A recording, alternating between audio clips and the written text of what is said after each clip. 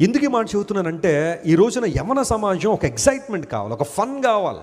ఆ ఫన్ కోసం ఏది చేయడానికైనా సిద్ధం. పాపానికి బానిస. పోర్నోగ్రఫీ చూసే అలవాటు ఉంటుంది కొంతమందికి, మొబైల్ ఫోన్లో చూడకూడని దృశ్యాలు. ఆ చూసేటప్పుడు ఆ చూసినంతసేపు ఎగ్జైటింగ్గా అనిపిస్తుంది, చాలా సంతోషంగా అనిపిస్తుంది. అయిపోయిన తర్వాత అనవసరంగా చూశాను, ఇంకెప్పుడు చూడకూడదు అని అనుకుంటాడు. ఒక 2-3 గంటల తర్వాత, లేదా ఒక 4-5 గంటల తర్వాత మరలా మనసు లాగుతూ ఉంటుంది అలాంటివి చూడాలని. చేస్తుంది తప్పు అని తెలిసిన మరలా చూడాలనుకుంటే కారణం ఏంటో తెలుసా?